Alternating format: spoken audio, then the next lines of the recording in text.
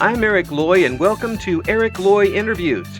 On this podcast, we talk with folks from the VTuber community on their channels, their talents, their stories, where they come from, and their plans for the future. We've got Droozy the Wizard joining us. Hi. Hello. Please introduce yourself to everybody. I'm Droozy the Wizard. I'm a VTuber that multi-streams on Twitch and YouTube. Well, and an artiste as well. Yes, can't forget about that. An artist as well. When did you start with VTubing? VTubing, I started, it must have been probably November of last year is probably when I had my VTuber done and I started doing YouTube videos. Mm-hmm. And then I had like a pause in there because I hate editing. So I got better internet. I was like, oh, well, now I can just live stream and I don't even have to edit anymore. Well, for an artists usually like to go back and fix everything anyway and redo everything. Didn't you look at it as sort of a chance to redo some things or touch up things? I mean, yes, but editing videos is so much more into the technical aspect of things. And I may have a higher than average, tech knowledge, but I'm not the best. And video editing programs can be finicky sometimes. Oh, yes. Audio editing programs can be finicky sometimes. Heck, when I was in college, way back in the Stone Age, we did video editing, and it was on 1.5-inch tape. And that sounds so interesting, though. It is interesting, but you better make the correct tape cut, because if you don't, it's on the floor. That's what they mean by on the floor. When the best scene is on the floor, that's because somebody screwed it up. And I did plenty of that, which is why I went into radio. So did it go easy for you? Were you already kind of used to being online? Had you done it before? Okay, I actually started later online than most people that are online all the time. I didn't start being online until I was 17. And then I didn't start doing any content, I guess you would say, until my VTuber thing. So Now you have to think about it a little bit. Why did I do this in the first place? I was like, Well, I have done I've always been the kind of person that tries not to let myself be stopped by my own nerves. I've done a lot of things in the past that I was super nervous about, and I just try to remind myself everyone's nervous when they start doing something. Oh yeah. So just do it. Yeah. Well, that's good to have in most things, as long as you're not jumping off cliffs and anything like that. But hey, maybe one day. Oh no, no, please. But have you been somebody who's been up on stage and performed in front of people before, or did you run away from it as much as possible? I have very minor experience with performing in front of other people. Years and years ago, I did audition to be part of a maid cafe for a convention where they do the dancing performances and stuff on stage. And I did get into it, but I never was able to do my first convention because at the time life was kind of crazy and I was going through probably one of my lowest points in my life, so I just kind of could not keep up with the monthly uploads to show that you were getting your dances coordinated and you were getting things down, because they would eventually have a boot camp a week a month before the convention, so they make sure everyone knows the choreography and all that kind of stuff. So I never got to fully be part of the maid cafe, but I did do what do you call it? Auditions? Yeah, audition. I did do the audition in front of the members and stuff. Boy. That's more than I would have ever wanted to do. That's for sure. And stupid life getting in the way all the time of stuff. And um, do you think you would have enjoyed that had you gotten into it? Oh yeah, most definitely. Um, the older I've gotten, the more I've realized. I mean, I have let things keep me from enjoying life in the past, but a reoccurring theme has been anytime I force myself and go out and there's any dancing involved, I love dancing. I can't say I'm the best dancer, but it like at the anime conventions, I will spend like 4 hours straight dancing at the rave, just having fun. Hey, there's nothing wrong with that. You're enjoying yourself, and that's the big part of it. I mean, as long as you're enjoying yourself, um, I would be arrested had I tried to do something like that. I'm sure I'm sure I would have You injured can't be myself. that bad. I would have sure I would have injured myself or somebody else after about 15 minutes. But the concept of showing what you do in front of other people. I mean, you how long have you done art? um, do you want the for personal reasons Yeah, or when I started doing art more publicly? personal. I mean, was it something that you did as a kid? Yes, Mm. definitely. I cannot put like a pinpoint age of when I started doing art. Hmm. It was just when I was a kid, I did art, and I just continued doing art to where it became like I'm the art kid basically. We have a program in my state that's known as Talented Art, and it was more of like a teacher referred program. And when I was in second grade, they referred to me to the talented art program, Holy and I cats! went to I think the teacher board or whatever to take a test to get into it. And I had been in talented art since the third grade all the way until like I left school. So um, when I So was in elementary, they would take an hour out of our just normal class time, and you can go to that class. And in high school, instead of regular art class, it was the talented art class. holy cats! So you're a prodigy. I wouldn't call myself a prodigy.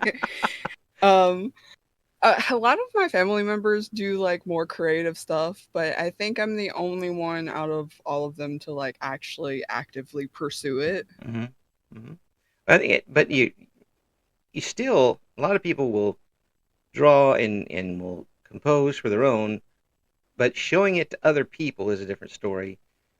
Did you ever have any problem with that? Did you want to keep it for yourself at first, or did somebody see it and then you were okay with it? I think it was more so wanting to share Mm, what I made. cool. If it had just been for me and me alone, I feel like I would not have done nearly as much art by myself if it was just up to me. I always, of course, everyone always likes to be like praised for the work and stuff like that. Mm, But I always love seeing people's reaction to whatever I would make, or especially if they're other artists, like building off what I make too, and then like collaborating. I've always loved doing stuff like that. oh, And it's not just the digital or the traditional art medium. I have ventured into so many art mediums, like I probably couldn't even count them. oh, wow. So, just like an example, I mean, I'm no artist at all, believe me, but I don't uh digital and writing. That's about it. well, I do writing as well. Uh-huh. Mostly that's just a hobby for myself. Like I'll have D&D on Sundays, so I do Mm, some collaborative writing with other people, which is role play. And then started writing more when I was in high school. I can't ever get myself to sit down and write anything long enough to actually for other people to read mm. because I have ADHD, but I Well, still very much enjoy it. you can do, I've also done. yeah. Oh, go ahead. You know, you could do a series of short stories or something like that. Yeah, I could. I have this horrible problem where every single story or idea I think of, I want to turn it into like a full length trilogy. So it's hard for me to pick something short to do because I've always wanted to make comic books, but I've like never made one before because all of my ideas are way too long. It sounds to me like a perfect thing for you would be a graphic novel. I would love to go to school for it, because I kind of hinder myself a little bit with um I get too bogged down into the technical aspects of it. Mm, So because I know how you're supposed to make a comic book, um, I get too bogged down in the specifics. For example, bubble placement and dialogue and flow. I'm like, in my head, I know what I'm supposed to do, and I know what I need to look for to learn, but it quickly becomes like overwhelming in my mind where it's hard for me to pursue the learning process. yeah. Which now that I'm older, I just got diagnosed like a year ago with autism. Now Mm, that I know that, that's I'm trying to like work through that. yeah. Well, the I'm not on the scale, but for folks that get that diagnosis later in life, like you have, is it? Do you feel better after you get that notice that you are on the spectrum, or do you feel vindicated by some things that are happened, or how does that hit you? It's definitely a mix of emotions. Really um when you first when the information comes to you, no matter what source you find it through, at first you're just like elated. You're like, "Oh my god, this is what it is." Mm-hmm. Like I haven't just been making things up my whole life. Like it's not just me, there's other people. And then you start to mourn the person that you could have been because you're like, if I had all these resources back when I was younger, I could have learned how to manage so much better. Like, for me personally, I'm on disability. I Mm-hmm. didn't get on disability because of autism. I actually got on disability for depression Mm-hmm. because I had a breakdown that I left my most recent job from. Mm-hmm. And then after that, I was like, I really don't think I could work. So I tried to get disability, and I am incredibly lucky that I was able to get that. It's not easy. But yeah, it's definitely it was really not I, easy. I lucked out. I can unfortunately And say from experience it is not easy. yeah. Um and like with all the info I know now and like just from learning what autism could be for an individual, seeing that yeah, I most likely have that, and then the diagnosis being like affirming that I had it, I've already changed so much within like these last 3 years because I've had information that has allowed me to grow and know myself better. Interesting. I mean, do you do you accept yourself better? Oh yes, 100% more. Before I was just like I felt like an outsider to everything. Mm-hmm. I would look at people and be like, I I know I could do this, but I don't understand why I can't do this. Mm-hmm. Like I didn't know that like when I started learning about autism, I did not know previously that I had occasions where I became nonverbal because I took it too literally, which was a classic autistic thing. I thought it Right. meant you literally couldn't talk, Right.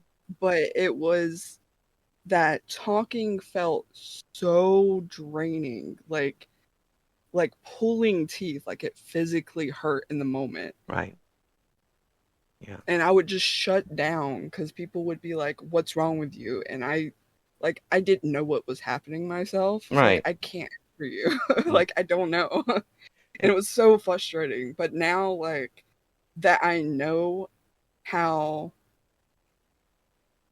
autism may influence me to react to certain things, I can pull that and be like, "Oh, I'm overwhelmed right now because it's super, super loud in here. Mm-hmm. What can I do to make myself be able to manage this better?" Mm. So I've gotten a set of headphones that have noise cancellation. Right. Now I can go to the grocery store and actually get my food and not be super, super overwhelmed the whole time.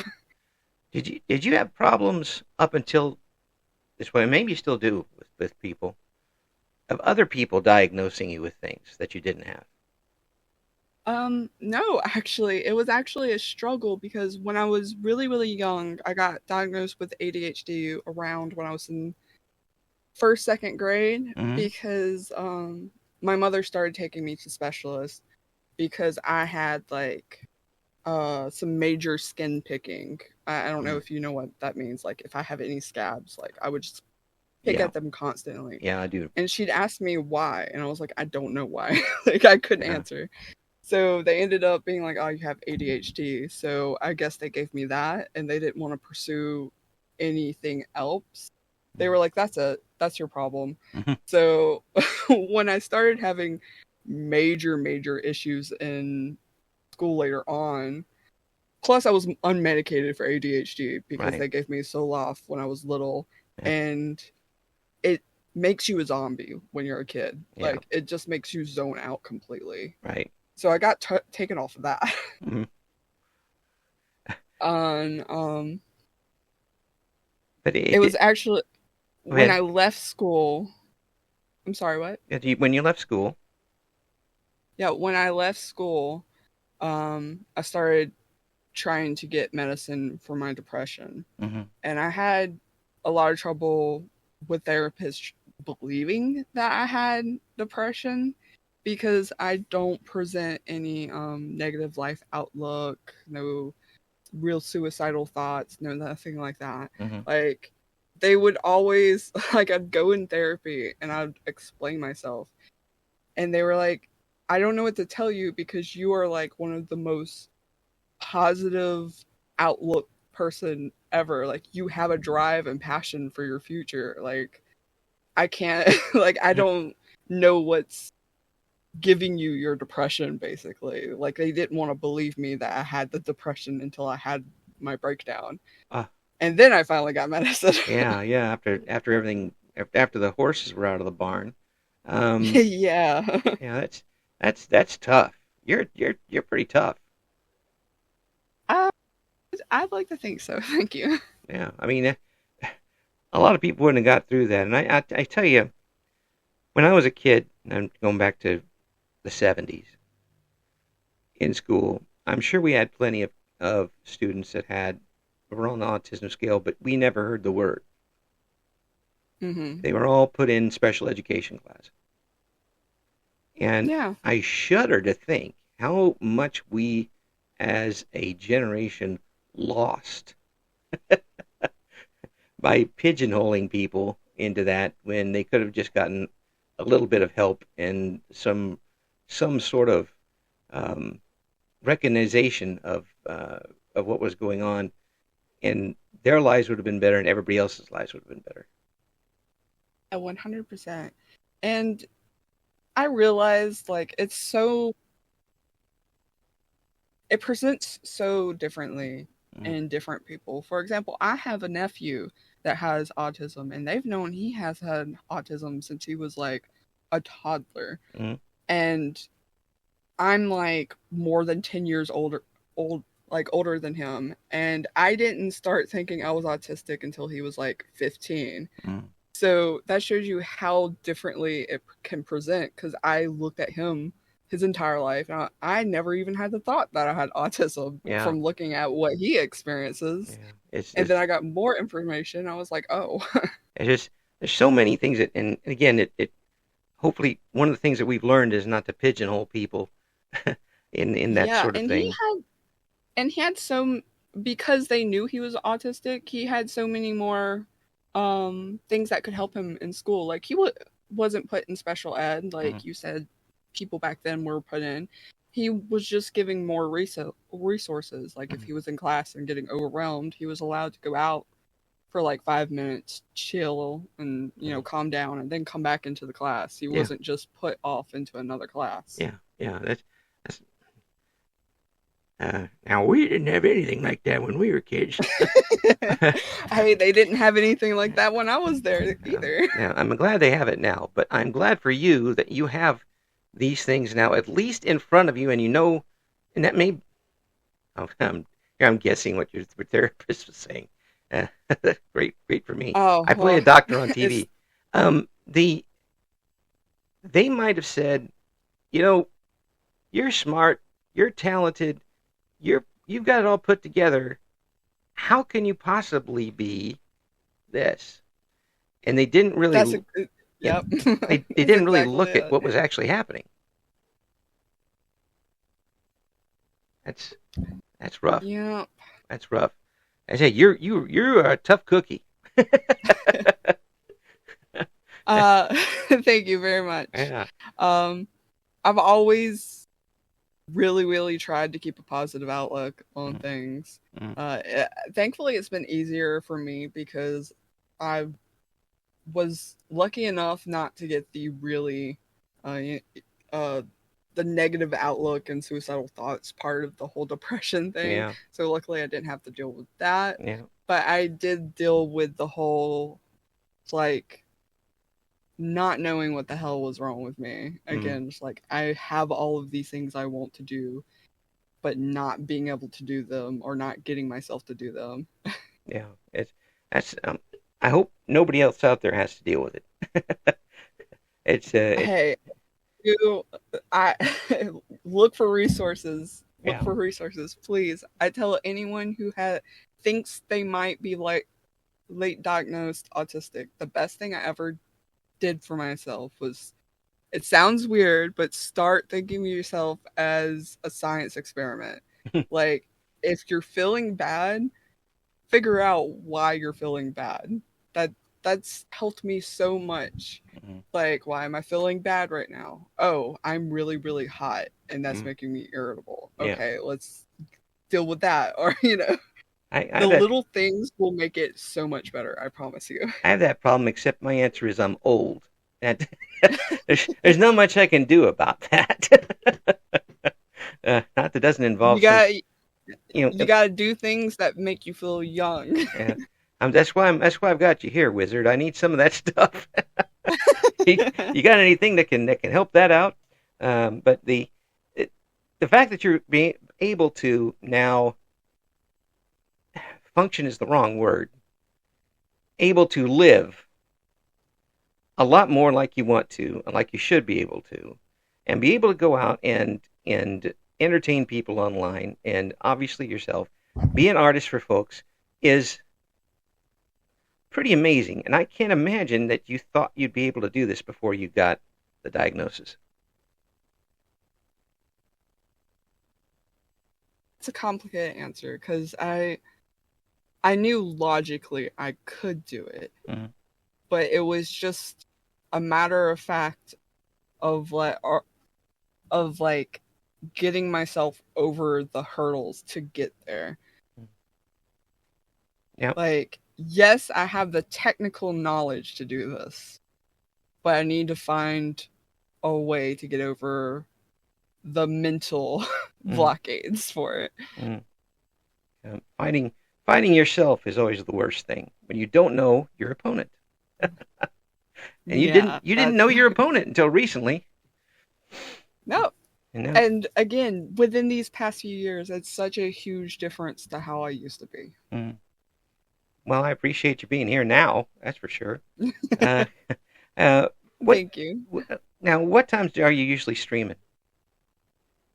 Right now I have set times on Wednesday and Friday for 4 p.m. Hmm. Originally, I had no schedule at all because I'm absolutely terrible with schedules. I have like very bad time blackness. Most of the time, I won't even know what day of the week it is. Yeah, yeah, But people kept asking, I was like, "Oh, you have a schedule? You have a schedule?" And I would just say, "I stream a couple times a week." yeah. I don't know what to tell you. Sometime within So these days.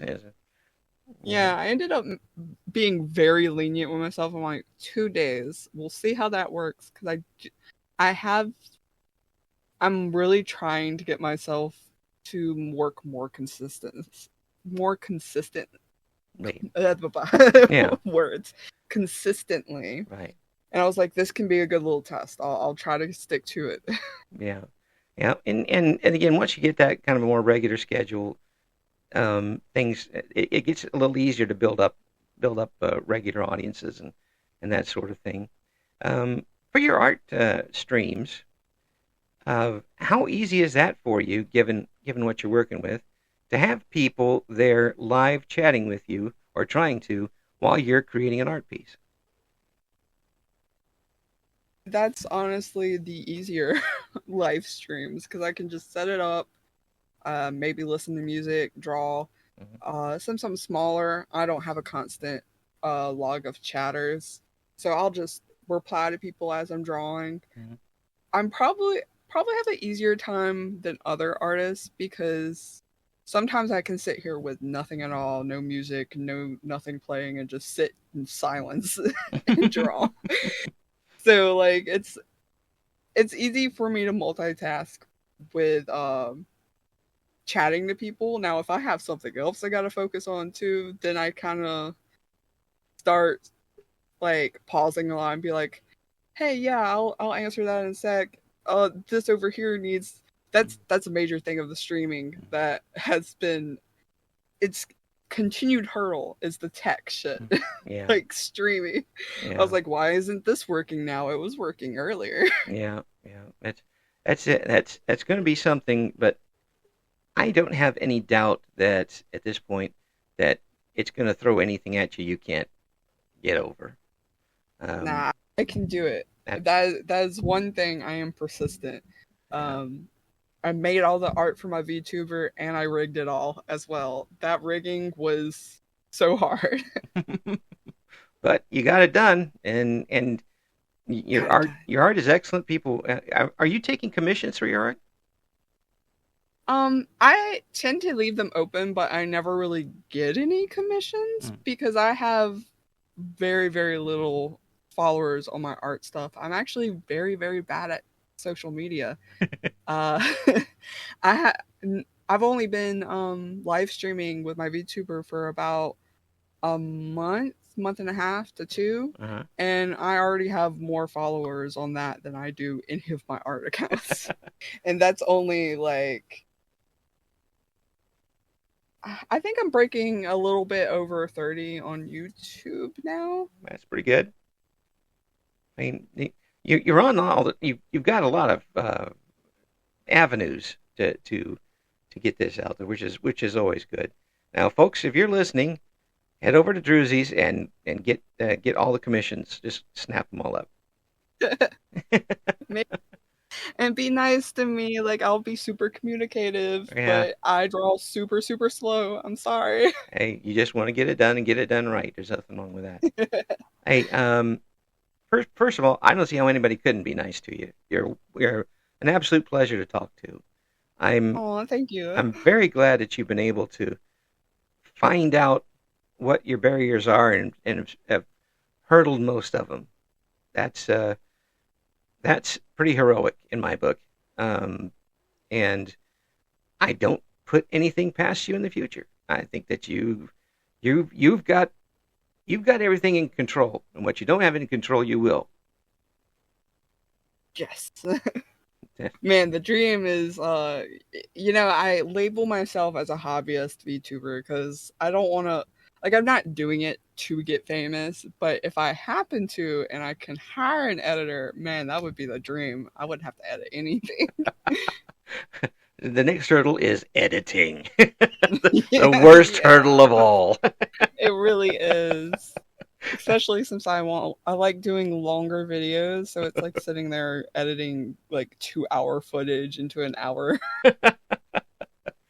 But then just save all those in the save what's left in the outtakes, and just say that this is like the extra, like they put on the old DVDs, and then you've got another video that you don't have to edit. Of bloopers. Yeah, there you go. See, if you want ways to do things without any effort, I'm your man. Hey, that's working smarter, not harder. And it's not even working. Hey, Droozy, thanks you so much for coming on, and Thank you. let me know when you got some big things coming up on your channel, and we need to let folks know what's going on with you. Okay? Well, I'm hoping to do maybe a long stream this month for a birthday stream. So maybe keep an eye out for that. Thank you for listening to Eric Loy Interviews. Join us again next time when we talk to another member of the always interesting VTuber community.